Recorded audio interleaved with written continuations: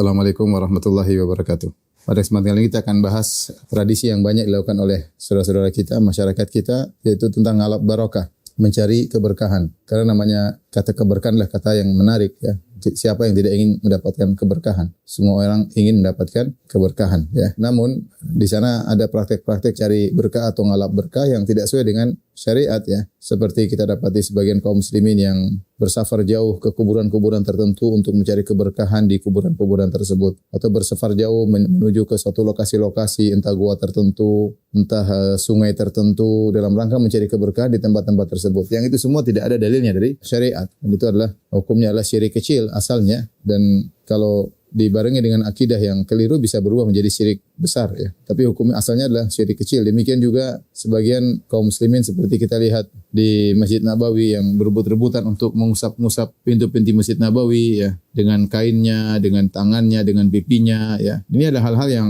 menyedihkan yang dilakukan oleh sebagian kaum muslimin, dan ini adalah bentuk-bentuk ngalap berkah yang dilarang dalam syariat. Maka pada kesempatan kali ini kita perlu mengenal apa sih hakikat dari ngalap berkah bagaimana yang dibolehkan, dan ngalap berkah bagaimana yang dilarang ya. Baik, perhatikan bersama saya. Tabarruk, mencari berkah. At-tabarruk diambil dari kata al-barakah. Al-barakah, dan al-barakah secara bahasa diambil dari sama kata al-birkah, yaitu kumpulan air yang banyak semacam danau ya. Kemudian diambil juga dari burukul ibil, buruk yaitu jika onta menderamnya onta. Oleh karenanya ini secara bahasa. Jadi al-barakah adalah diambil dari birkah, dari kumpulan air yang banyak ya. Kemudian dari burukul ibil, menderamnya onta. Sehingga secara istilah at-tabarruk artinya mencari kebaikan, keberkahan atau kebaikan yang lebih banyak dan lebih langgeng. Ziarah kuburan Nabi SAW. Kita disuruh ziarah karena di situ berpahala. Kita mengingat kematian, kita bisa mendoakan yang kita ziarahi. Tetapi sebagian orang ketika ziarah ke kuburan Nabi atau ke kuburan wali-wali, mereka cari keberkahan. Bukan dengan ziarahnya, tapi keberkahannya dengan mengusap-ngusap mereka di nisannya. Dan itu diingat oleh Imam Nawawi rahimahullahu ta'ala. Imam Nawawi mengatakan, jangan ikuti orang-orang jahil yang mereka mengusapkan tubuh-tubuh mereka di kuburan-kuburan. Bahkan Al-Ghazali dalam kitabnya Ihya Ulumuddin mengatakan ini adalah kebiasaan Yahudi dan Nasara, mengagungkan kuburan dengan mengusap-ngusapkan tubuh di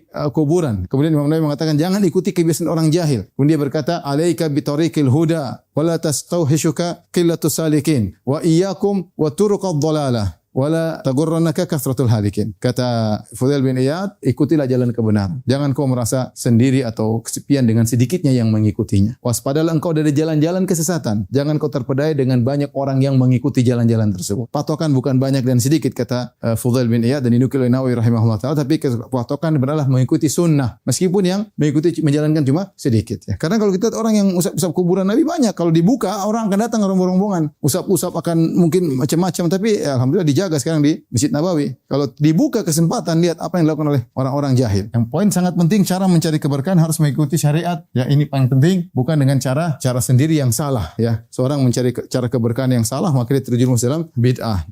Tidak pas jika para ulama atau orang soleh dianalogikan atau dikiaskan dengan Nabi SAW dari sisi keberkahan zat. Benar sebagian ulama berpendapat demikian. Contohnya Nawawi rahimahullahu ta'ala. Kalau begitu sebagaimana Nabi boleh dicari keberkahan air liurnya, para ulama juga. Karena para ulama adalah pewaris para Nabi misalnya. Mereka berdalil dengan kias. Maka kita coba kritik masalah ini. Rukun kias ada 4. Yang pertama adalah al-maqis, kemudian al-maqis alaihi, kemudian al-illah al-jami'ah, kemudian al-hukmu. Taib, al-maqis dalam ini yang dikiaskan adalah ulama misalnya atau orang soleh. Dikiaskan kepada Nabi SAW. Al-illah jami'ah apa? Sisi kesamaan sehingga dikiaskan sama-sama soleh. Kalau gitu hukumnya apa? Hukumnya sama-sama boleh diambil keberkahan liurnya. Tadi kita sudah jelaskan bahwasanya para sahabat memahami adalah suatu spesial bagi Nabi SAW sehingga tidak bisa dikiaskan, karena para sahabat tidak bisa dikiaskan kepada Nabi dalam hal ini. Abu Bakar dan Umar, Utsman dan Ali sudah dijamin masuk surga. Namun tidak ada seorang pun yang minta rambut Abu Bakar, minta rambut Umar, mengambil air liur Abu Bakar, air liur Umar. Tidak ada. Sehingga mereka tidak mengkiaskan para sahabat yang dijamin masuk surga dengan Nabi sallallahu alaihi wasallam. Makanya kalau kita bicara ulama dikiaskan dengan Nabi, kita tanya sekarang masalahnya. Ini masalah di sini, al-ilah jami'. Apa sisi kesamaan? Ada dua kemungkinan sisi kesamaan. Bisa jadi adalah tingkat kesolehan atau akar kesolehan. Apa maksudnya Anda sama-sama soleh? Kalau dibilang tingkat kesolehan, maka ini tentu tidak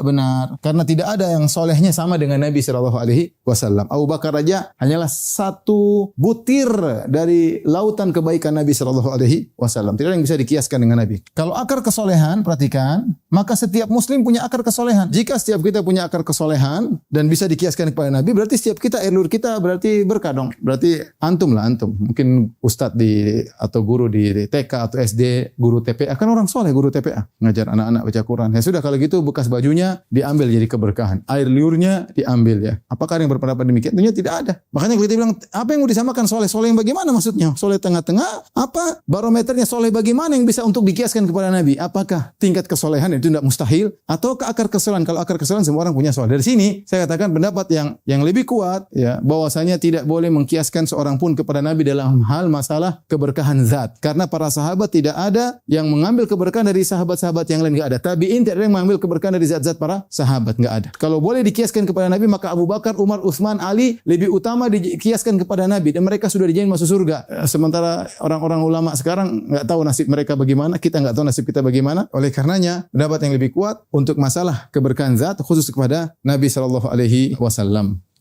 Maka seorang waspada dalam menjalani kehidupan sehari-harinya. Jangan dia latah, ikut-ikutan. Kalau itu tidak ada dalilnya, maka jangan ikut. Karena mencari keberkahan yang tidak ada dalilnya bisa jadi terjumus dalam syirik kecil. Kalau disertai dengan peribadatan, maka bisa menjadi syirik akbar. Wallahu a'lam bishawab. Demikian, wallahu a'lam bishawab yang bisa sampaikan. Subhanakallah bihamdik. Asyhadu an la ilaha illa anta astaghfiruka wa atubu ilaik. Assalamualaikum warahmatullahi wabarakatuh.